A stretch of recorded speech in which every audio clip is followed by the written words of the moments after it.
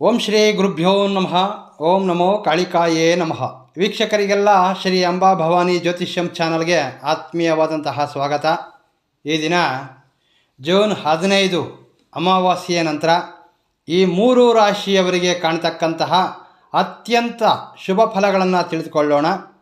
ಹಾಗಾದರೆ ಈ ಜೂನ್ 15ರ ನಂತರ ಅದೃಷ್ಟ ಮತ್ತು ಐಶ್ವರ್ಯವನ್ನು ಪಡೆದುಕೊಳ್ತಕ್ಕಂತಹ ಆ 3 ರಾಶಿಗಳು ಯಾವುವು ಎಂದರೆ, ಮೊದಲನೆಯದಾಗಿ ವೃಷಭ ರಾಶಿ, ಎರಡನೆಯದಾಗಿ ಸಿಂಹ ಮತ್ತು ಮೂರನೆಯದಾಗಿ ಧನಸ್ಸು ರಾಶಿ. ಹೌದು, ಈ 3 ರಾಶಿಯವರ ಅದೃಷ್ಟವನ್ನು ತಡೆಯಲು ಯಾರಿಂದಲೂ ಸಾಧ್ಯವಿಲ್ಲ. ಆದರೆ ಈ ಸಮಯವನ್ನು ಯಾರು ಈ 3 ರಾಶಿಯವರು ಸರಿಯಾಗಿ ಸದ್ಬಳಕೆ ಮಾಡಿಕೊಳ್ತಕ್ಕಂತಹದ್ದು ಬಹಳ ಮುಖ್ಯವಾಗಿರ್ತದೆ. ಮುಖ್ಯವಾಗಿ ಜೂನ್ 15 ಸೋಮವಾರದಿಂದ ಪ್ರಾರಂಭವಾಗ್ತಕ್ಕಂತಹ ಈ ಶುಭ ಸಮಯ ನಿಮ್ಮ ಬದುಕಿನಲ್ಲಿ ಅನೇಕ ಬದಲಾವಣೆಗಳನ್ನು ತಂದುಕೊಡಲಿದೆ. ಮುಖ್ಯವಾಗಿ ನಿಮಗೆ ಗುರುವು ಕರ್ಕಾಟಕದಲ್ಲಿ ಉಚ್ಚ ಸ್ಥಾನದಲ್ಲಿರೋದ್ರಿಂದ ಈ 3 ರಾಶಿಯವರಿಗೆ ಗುರುಬಲ ಇರ್ತದೆ. ಸೊ ಇದರಿಂದ ಆರ್ಥಿಕವಾಗಿ ಬಹಳಷ್ಟು ಏಳಿಗೆಯನ್ನು ಕಾಣಬಹುದು. ಆಕಸ್ಮಿಕವಾದಂತಹ ಧನಲಾಭವೂ ಸಹ ಕಾಣಬಹುದು.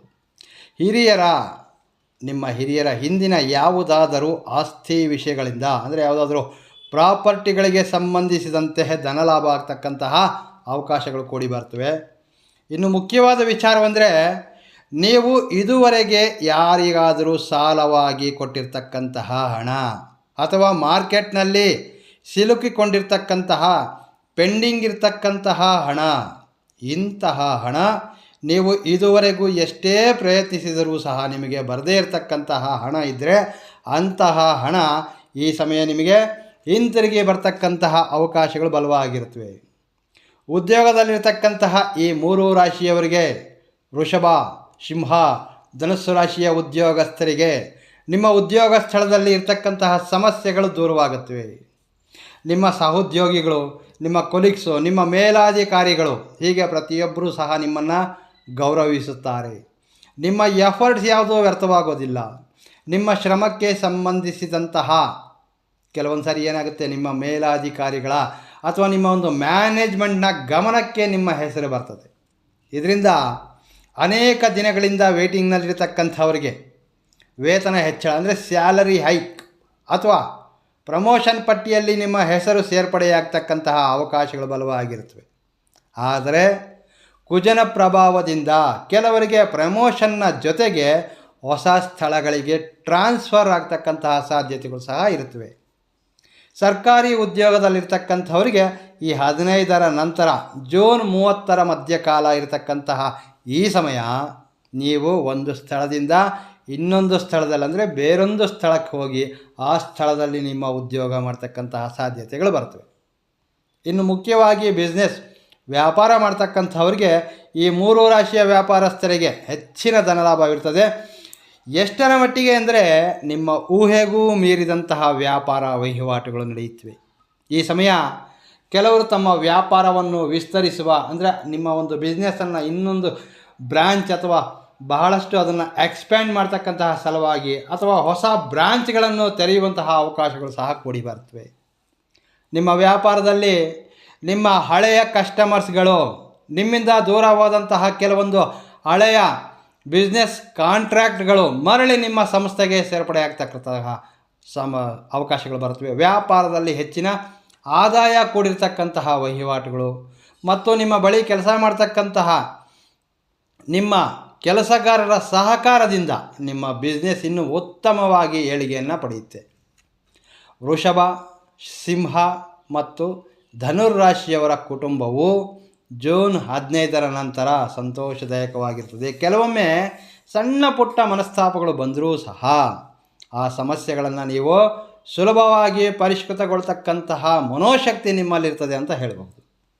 ಮಕ್ಕಳಿಂದ ಹೆಚ್ಚಿನ ಸಂತೋಷ ಕೂಡಿ ಬರ್ತದೆ. ಈ 3 ರಾಶಿಯವರ ಮಕ್ಕಳ ಸಾಧನೆ ಪೋಷಕರಿಗೆ ಸಮಾಜದಲ್ಲಿ ಹೆಸರು, ಕೀರ್ತಿ, ಗೌರವ ಪಡಿತಕ್ಕಂತಹ ಸಾಧ್ಯತೆಗಳು ಬಲವಾಗಿರ್ತವೆ. ಈ ಜೂನ್ ತಿಂಗಳಾಂತ್ಯದಲ್ಲಿ ಯಾವುದಾದರೂ ವಾಟರ್ ಸೋರ್ಸ್ ಇರತಕ್ಕಂತಹ ಸ್ಥಳಗಳು, ನದಿ ತೀರ, ಸಮುದ್ರ ತೀರ ಅಥವಾ ದೇವಾಲಯಗಳಿಗೆ ಕುಟುಂಬ ಸಮೇತ ಪ್ರವಾಸ ಕೈಗೊಳ್ತಕ್ಕಂತಹ ಸಮಯ ಕೂಡಿ ಬರ್ತವೆ. ದಂಪತಿಗಳ ನಡುವೆ ಒಳ್ಳೆಯ ಒಂದು ಬಾಂಧವ್ಯ, ಒಳ್ಳೆಯ ಬಾಂಡಿಂಗನ್ನು ಕಾಣಬಹುದು. ಈ ಅಮಾವಾಸ್ಯೆಯ ನಂತರ ಕುಟುಂಬದಲ್ಲಿ ಮತ್ತು ದಂಪತಿಗಳ ನಡುವೆ ಹೆಚ್ಚಿನ ಸಂತೋಷವನ್ನು ಕಾಣಬಹುದು. ಈ ಸಮಯ ನಿಮ್ಮ ಪ್ರತಿ ಕಾರ್ಯಗಳಿಗೂ ಸಹ ನಿಮ್ಮ ಕುಟುಂಬ ಸದಸ್ಯರ ಪ್ರೋತ್ಸಾಹ ಮತ್ತು ಒಪ್ಪಿಗೆ ನಿಮಗೆ ಖಂಡಿತವಾಗಿಯೂ ದೊರೆಯುತ್ತೆ.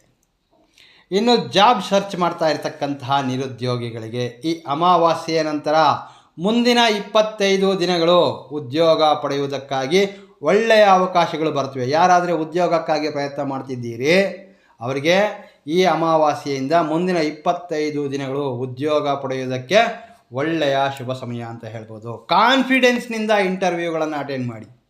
ಈಗಾಗಲೇ ಇಂಟರ್ವ್ಯೂ ಅಟೆಂಡ್ ಮಾಡಿದಂತಹ ಕೆಲವೊಬ್ಬರಿಗೆ ಯಾವುದಾದ್ರೂ ನೋಟಿಫಿಕೇಷನ್ಸು ಸಹ ಬರಬಹುದು. ಮೇಲ್ಸು ಅಥವಾ ಕಾಲ್ಸು ನಿಮಗೆ ಶುಭ ಸಮಾಚಾರ ತಂದುಕೊಡುತ್ತವೆ.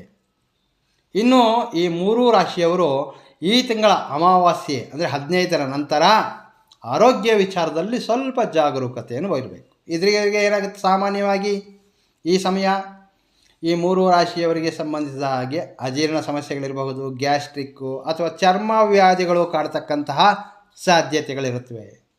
ಸೊ ಎಚ್ಚರಿಕೆ ಏನೆಂದರೆ, ಜಂಕ್ ಫುಡ್, ಮುಖ್ಯವಾಗಿ ಆಯಿಲ್ ಫುಡ್, ಮಸಾಲೆ ಭರಿತವಾದಂತಹ ಪದಾರ್ಥಗಳು ಮತ್ತು ಹೊರಗಡೆ ತಿಂಡಿಗಳನ್ನು ಸ್ವಲ್ಪ ಅವಾಯ್ಡ್ ಮಾಡ್ತಕ್ಕಂತಹದ್ದು ಸೂಕ್ತ.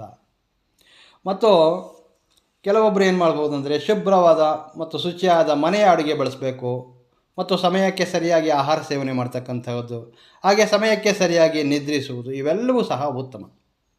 ಈ ಹಿಂದೆ ಈ ಜೂನ್ ತಿಂಗಳ ಮಾಸ ಫಲಗಳಲ್ಲೇ ನಾನು ಈ ವಿಚಾರಗಳನ್ನು ತಿಳಿಸಿದ್ದೇನೆ. ಸೊ ಮುಖ್ಯವಾಗಿ ಆರೋಗ್ಯ ವಿಚಾರದಲ್ಲಿ ಸ್ವಲ್ಪ ಜಾಗ್ರತೆಯನ್ನು ವಹಿಸೋದು ಸೂಕ್ತ. ಇನ್ನು ಅನೇಕರು, ಗುರುಗಳೇ ವಿವಾಹ ಯೋಗ ಕೂಡಿ ಬರುತ್ತಿಲ್ಲ, ಯಾವುದಾದ್ರೂ ರೆಮಿಡೀಸನ್ನು ತಿಳಿಸ್ಕೊಡಿ ಅಂತ ಅನೇಕರು ಕಾಮೆಂಟ್ಗಳಲ್ಲಿ ವಿಚಾರಣೆಯನ್ನು ಮಾಡಿದ್ದೀರಿ. ವಿವಾಹ ಸಂಬಂಧಗಳಿಗೆ ಸಂಬಂಧಿಸಿದಂತಹ ಸಮಸ್ಯೆಗಳೇನಾದರೂ ಇದ್ದರೆ ಈಗಾಗಲೇ ನನ್ನ ಚಾನಲ್ನಲ್ಲಿ ನೀವು ಪ್ಲೇಲಿಸ್ಟಲ್ಲಿ ಹೋದರೆ ನಿಮಗೆ ಕೆಲವೊಂದು ಪರಿಹಾರದ ವಿಡಿಯೋಗಳು ಸಿಗುತ್ತವೆ. ಅದಲ್ಲದೆ ಮುಖ್ಯವಾದಂತಹ ವಿಚಾರ ಏನಂದರೆ ವೀಕ್ಷಕರೇ, ಮಾಸ ಫಲಗಳು, ಈ ರಾಶಿ ಫಲಗಳು ಏನು ಹೇಳ್ತೇವೆ ನಾವು, ಇವು ಚಂದ್ರ ಆಧಾರಿತ ಗೋಚಾರ ಫಲಗಳಾಗಿರುತ್ತವೆ.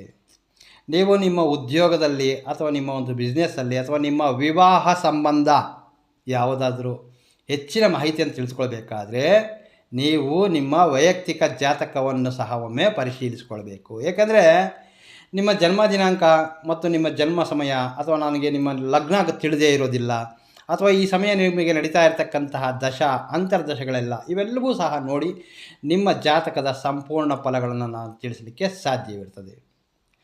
ಇನ್ನು ಹೆಚ್ಚಿನ ಫಲಗಳಾಗಿರ್ತಕ್ಕಂತಹ ವಿದ್ಯೆ ಇರಬಹುದು, ಉದ್ಯೋಗ ಇರಬಹುದು, ವಿವಾಹ ಅಥವಾ ನಿಮ್ಮ ಕೆರಿಯರ್, ನಿಮ್ಮ ಬಿಸ್ನೆಸ್, ಈ ಎಲ್ಲ ವಿಚಾರಗಳನ್ನು ನೀವು ಸಂಪೂರ್ಣವಾಗಿ ತಿಳಿಯಲು ಬಯಸಿದ್ದೇ ಆದರೆ ನಿಮ್ಮ ಒಂದು ಬರ್ತ್ ಟೈಮ್, ನಿಮ್ಮ ಜನ್ಮ ಸಮಯ ಅಂತ ಏನು ಹೇಳ್ತಾರೆ ಇವುಗಳನ್ನು, ಇದು ಬಹಳ ಇಂಪಾರ್ಟೆಂಟ್ ಆಗಿರ್ತದೆ. ಏಕೆಂದರೆ ನಿಮ್ಮ ಡೇಟ್ ಆಫ್ ಬರ್ತ್ ಮತ್ತು ನಿಮ್ಮ ಒಂದು ಬರ್ತ್ ಟೈಮ್ ಏನಿದೆ, ಇದರಿಂದಲೇ ನಾವು ನಿಮ್ಮ ಲಗ್ನ ಮತ್ತು ನಿಮ್ಮ ಅಂತರ್ದಶೆಗಳನ್ನು ನೋಡಿ ನಮ್ಮಿಂದ ನೀವು ಜಾತಕವನ್ನು ತಿಳಿಯಲು ಇಷ್ಟಪಟ್ಟರೆ ನಿಮ್ಮ ವಿವರಗಳನ್ನು ನಮ್ಮ ದೂರವಾಣಿ ಸಂಖ್ಯೆಗೆ ವಾಟ್ಸಪ್ ಮಾಡಿಯೂ ಸಹ ನೀವು ನಿಮ್ಮ ಒಂದು ಫಲಗಳನ್ನು ತಿಳಿದುಕೊಳ್ಬಹುದು.